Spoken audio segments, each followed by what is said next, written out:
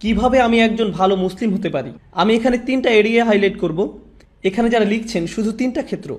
আপনি নিজেকে একটা বাস্তবসম্মত উপায়ে যেন বলতে পারেন আমি অন্তত এই 3টা জায়গাতে আগের চেয়ে ভালো এবং উন্নতি করেছি। প্রথমটা হলো ইবাদত। আমার প্রথম চিন্তাই হবে ইবাদত নিয়ে। আমার ফজর নামাজ কি আগের চেয়ে ভালো হচ্ছে? আমি কি অন্তত ঈশা আর ফজরটা সময় মতো সঠিকভাবে আদায় করতে পারছি? পুরুষদেরকে বলছি, আমি কি ফজরের জন্য উঠতে পারছি এবং মসজিদে যেতে পারছি? হয়তো এটা প্রতিদিন করতে পারছেন না, কিন্তু এটাকে একটা লক্ষ্য হিসাবে নির্ধারণ করুন। আপনাকে রাতে তাড়াতাড়ি শুয়ে পড়তে হবে। তরুণরা, আমি বলছি আপনি জীবনে কিছুই ঠিকমতো করতে পারবেন না যদি তাড়াতাড়ি না শুয়ে পড়েন। রাতে যে হুক্কা নিয়ে ওইসব উচ্চমার্গীয় কথাবার্তা আপনারা বলেন, সেগুলো এই উম্মাহকে কোনো কিছুতে সক্রিয় করবে না। আমি বলছি ওই সমস্ত গম্ভীর আলোচনা, ভালো ভালো কথা, তারপর আপনারা সকাল 10টায় ঘুম থেকে উঠে ফজর পড়ছেন।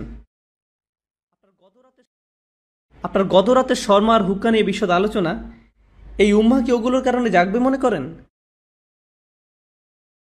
ঠিক সময় ঘুমোতে যান, তাড়াতাড়ি উঠুন, ঠিক মতো ফজর পড়ুন, সকালে কোরআন পড়ুন। ইন্না কুরআন আল ফাজরি কানা মাশহুদা।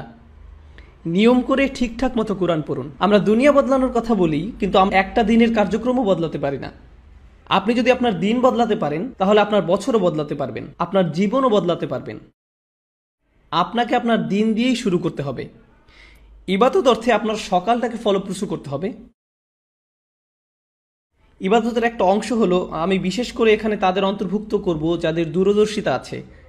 আপনার দূরদর্শিতা, আপনার অনুপ্রেরণা আসবে কোরআনের মাধ্যমে। কোরআন আপনার হৃদয়ে থাকতে হবে। যতটুকু সম্ভব কোরআন মুখস্থ করার প্রজেক্ট শুরু করতে হবে আপনাকে। একেবারে যতটুকু পারেন, যত কমই হোক না কেন। আপনি যদি বেশি করে করতে পারেন তাহলে বেশি করেন, কিন্তু প্রতিদিন ফজরের সময় একটু কোরআন তেলাওয়াত, একটু মুখস্থ করা, এটাই আপনার দিনকে ভালোভাবে শুরু করবে। আর আমি আপনাকে গ্যারান্টি দিতে পারি, আপনি যদি এরকম করেন, শুধু সপ্তাহে একবার করে দেখেন, পার্থক্যটা আপনি দিনের বাকি সময় ধরে বুঝতে পারবেন। আপনি লক্ষ্য করবেন যে ওই দিনটাতে অনেক বেশি বারাকা আছে, আপনি অনেক বেশি কিছু শেষ করতে পারছেন, আপনার চারপাশে দরজা খুলে যাচ্ছে, অনেক সুযোগ তৈরি হচ্ছে, আপনার মন পরিষ্কার আর অনেক সৃষ্টিশীল আইডিয়া আসছে। আপনি দেখবেন আল্লাহ আপনাকে ওইসব কল্যাণ দিচ্ছেন এবং দরজা খুলে দিচ্ছেন যেগুলো আগে বন্ধ ছিল। কাজেই প্রথমটা, কতগুলো এরিয়া আমি যেন বলেছি? 3টা এরিয়া। প্রথমটা হলো ইবাদত।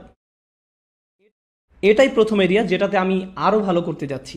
দ্বিতীয় এরিয়া, যেটার জন্য সত্যি আপনাকে ভালোভাবে খাটতে হবে, এটার ব্যাপারে মাথা ব্যথা থাকতে হবে, সেটা হলো শিক্ষা, জ্ঞান। কিভাবে আমি এই এরিয়াতে আমার জ্ঞান বাড়াবো?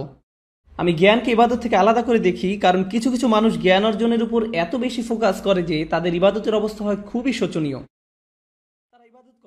তারা ইবাদত করে না, তাদের ধারণা তাদের জ্ঞান ইবাদতের শূন্যস্থান পূরণ করে দিবে। তারা অনেক তাফসির পড়ে, অনেক তাজউইদ জানে, কিন্তু তারা এমনকি তাদের সালাতেও কোনো মনোযোগই দেয় না। তাহলে সেই জ্ঞান আছে কিসের জন্য? আমি অগ্রাধিকার ভিত্তিতে এগুলো উল্লেখ করেছি। প্রথমটা ইবাদত, দ্বিতীয়টা জ্ঞান। আমি বলছি না যে আপনারা আলেম হন এবং শরীয়তের উপরে ডিগ্রি নিন। যারা করছেন তাদেরকে অভিনন্দন জানাই। আমি এখানে সবার কথা বলছি। এখানে সবাই মুফতি বা আলেম নাও হতে পারেন, কিন্তু আপনাকে শিক্ষিত মুসলিম হতে হবে। আপনার ইসলামের উপর অন্তত প্রাথমিক পর্যায়ের বিদ্যা থাকতে হবে। আমি এখানে সবার কথা বলছি। তাই আপনার জন্য আমার পরামর্শ হলো, বছরের শেষ বা আগামী বছরের মধ্যে আপনি কিছু অন্তত পড়েন। আপনি সিরাহ পড়ুন, নবী মুহাম্মদ সাল্লাল্লাহু আলাইহি সাল্লামের জীবনী একবার। আর আপনার প্রতি বছরই এটা করা উচিত। আসলে আপনার আলাদা আলাদা জায়গা থেকে পড়া উচিত। প্রতি বছর সিরাতের উপর আপনার পড়াশোনা করা উচিত। সত্যি সত্যিই পড়ুন। আমাকে জিজ্ঞেস করবেন না সিরাতের উপর কোন বই পড়বেন, সবই পড়ুন। একবার এক একটা পড়ুন। একটা নিয়ে পড়া শুরু করুন 1 বছর, তারপর আরেকটা সিরাত নিন পরের বছর, আবার আরেকটা সিরাত নিন পরের বছর, আবার আরেকটা। কারণ এটা হলো ওই মানুষটার জীবনী যা আমাদের জীবনের দর্শন, আমাদের অনুপ্রেরণা। আর আপনার প্রতি বছরই এটা করা উচিত। আপনাকে এগুলো বারবার পড়তে হবে। এটা আপনার শিক্ষার অংশ। এটা আপনাকে চিন্তা ভাবনা করার এবং সেটা আপনার জীবনে প্রতিফলিত করার সুযোগ করে দিবে, দরজা খুলে দিবে। সিরাত পড়লে এর মধ্যেই পাবেন কিছু সহজলভ্য এবং অসাধারণ রিসোর্স। আমার মনে হয় না এগুলো খুঁজে পেতে আপনার কষ্ট হবে ইনশাআল্লাহ। একই সাথে আপনার কিছু বাস্তবিক অর্জন থাকতে হবে। একই বছর আপনাকে প্রকৃত অর্থেই কোরআন থেকে কিছু অর্জন করতে হবে। আমি এখনো জ্ঞানের এরিয়ার ভিতরে আছি। প্রথম এরিয়া হলো ইবাদত, আর দ্বিতীয়টা হলো জ্ঞান বা শিক্ষা। এই এরিয়াতেই আপনাকে কোরআন থেকে কিছু প্রকৃত মুনাফার ক্ষেত্র তৈরি করতে হবে। ধরুন এই বছর আপনি ঠিক করলেন আপনি সূরা কাহফ মুখস্থ করবেন, কাজে এটা একটা লক্ষ্য স্থির করুন। এটা একটা লক্ষ্য স্থির করুন, এই বছর আমি সূরা কাহফ মুখস্থ করব। তার মানে হলো আমি এই সূরা মুখস্থ করব, এর অনুবাদ পড়ব, এর তাফসীর পড়ব, এটা শব্দগুলোর অর্থ বুঝব, সূরা কাহফের উপর লেকচারগুলো, প্রবন্ধ, পেপার যাই পাওয়া যায় তার সবই নিব, সবই শেষ করব। আমার জন্য এটাই সূরা কাহফের বছর। পরের বছর হতে পারে সূরা আর রহমানের বছর, তার পরের বছর সূরা বাকারার বছর, কয়েকটা সূরা হতে পারে একই বছরে, কিন্তু প্রতি বছরই আপনি কোরআনের মধ্যে থেকে কিছু না কিছু লাভ করুন, এটা বাস্তব। এটা বলবেন না আমি কোরআন পড়েছি, এটা করবেন না যে কোনো একটা প্যাসেজ নিয়ে পড়া শুরু করলেন। একটা সূরা বা কয়েকটা সূরা নিন, সেগুলোতে ফোকাস করুন। মুসলিম যুবকদের জন্য আমার সবচেয়ে বড় সমালোচনা হলো যে তারা ফোকাস করে না, একটা বিষয়ের উপর ফোকাস করেন, এটা ভালোভাবে বুঝেন। পরে যখন আপনি দেখবেন, আপনি বলবেন আলহামদুলিল্লাহ, এই বছর আমি আরো একটা সূরা মুখস্থ করেছি, আরো 2টা সূরা মুখস্থ করেছি, আরো 3টা সূরা মুখস্থ করেছি। আর যখন আপনি কোনো একটা সূরা পড়েন, শুধু এটার অর্থ মুখস্থ করবেন না। কোনো ছাত্র আমাকে এসে জিজ্ঞেস করে, আপনার ধারণা কোনটা বেশি গুরুত্বপূর্ণ, কোরআন বোঝা নাকি মুখস্থ করা? আমি বলি, কিভাবে আপনি ভাবেন যে এই দুটো আলাদা? কেন এরকম মনে করেন? আপনি জানেন কেন আমরা কোরআন মুখস্থ করি? যেন আমরা বারবার সেটা বলি।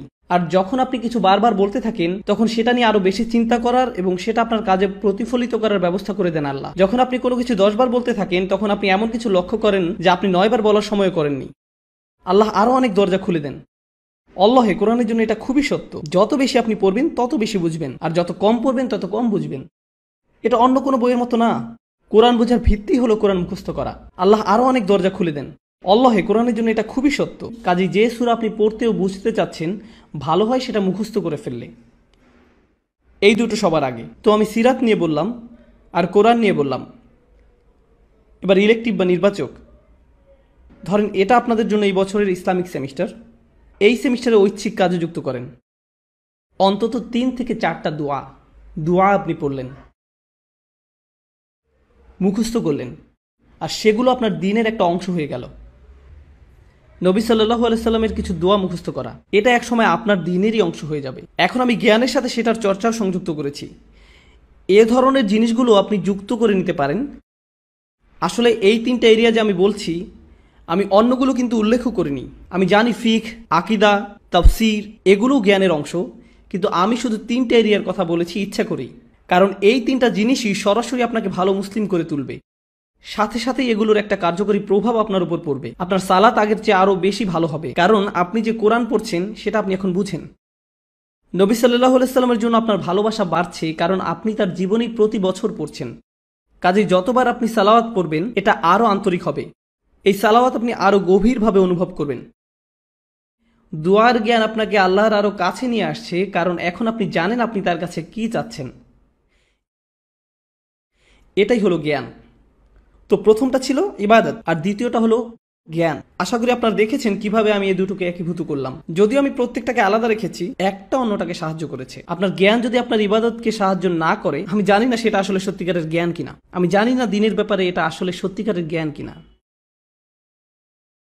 এরপর আছে তৃতীয় এরিয়া, এটা হলো সার্ভিস বা সেবা। ওইখানে আপনাকে বুঝতে হবে, কিছু সময় ঠিক করে নিতে হবে। সপ্তাহে 1 দিন, হয়তো সাপ্তাহিক ছুটির দিন, কিংবা মাসে 1 বার আপনাকে কিছু সেবামূলক কাজ করতে হবে। মানে মানুষকে সাহায্য করা। তার মানে এই না যে আপনাকে এটা ইসলামিক ব্যানারের মধ্যেই করতে হবে। আপনি যদি স্বেচ্ছাসেবা দিতে চান, মানবতার জন্য কিছু করতে চান, এটা দেখতে খুবই ভালো লাগবে যে একজন মানুষকে আপনি সাহায্য করছেন। খুবই ভালো লাগবে। আমাদের সবকিছু নিজেদের ব্যানারেই করতে হবে এমন কোনো কথা নেই। মহৎ উদ্দেশ্যেই ভালো কাজই, সেটা খ্রিস্টানরাই করুক, ইহুদিরাই করুক, আর গেটস ফাউন্ডেশনই করুক, সেটা কোনো ব্যাপার না। যদি উদ্দেশ্য ভালো থাকে, আপনি সেটাই অংশ নিতে পারেন। আসলে ব্যক্তিগতভাবে আমি মুসলিমদেরকে পরামর্শ দেই সেসব ভালো কাজে অংশ নিতে যেগুলো অমুসলিমদের দ্বারা পরিচালিত হয়, যেন তারা দেখে যে মুসলিমরাও এসব ব্যাপারে কেয়ার করে এবং এর মাধ্যমে তারাও সুযোগ পাবে ইসলামের ব্যাপারে প্রশ্ন করতে। এটা তাদের একটা সুযোগ দেয়। কাজী স্বেচ্ছাসেবা দিন, সাহায্য করুন, এমন কিছুর অংশ হন যেটা আপনার মনপ্রাণে ভালো লাগে। শুধু আপনার জন্যই সেটা করুন, প্রচার করে বেড়াবেন না, এটা নিয়ে টুইট করবেন না, আজকে স্বেচ্ছাসেবা দিয়ে আসলাম, খুবই ভালো লাগছে, আলহামদুলিল্লাহ, বড়াই করছি না। এরকম করবেন না, শুধু আপনার জন্যই করুন। এটা আপনাকে একজন ভালো মানুষ করবে, একজন ভালো ব্যক্তিতে পরিণত হবেন আপনি। আর বাবা মায়েরা আপনাদের যাদের বাচ্চা আছে, বিশেষত টিন এজ ছেলে মেয়ে, আপনি যদি তাদেরকে এই ধরনের কাজে উৎসাহ দিতে পারেন, কাউকে সাহায্য করার কোনো বিষয়ে জড়িত হওয়া আসলে টিনেজ বাচ্চাদের জন্য খুবই গুরুত্বপূর্ণ।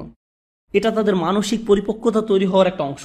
কারণ টিনেজ তরুণরা শুধু মুসলিম তরুণরাই না, সাধারণভাবে সব তরুণরাই আত্মনিমগ্ন থাকে।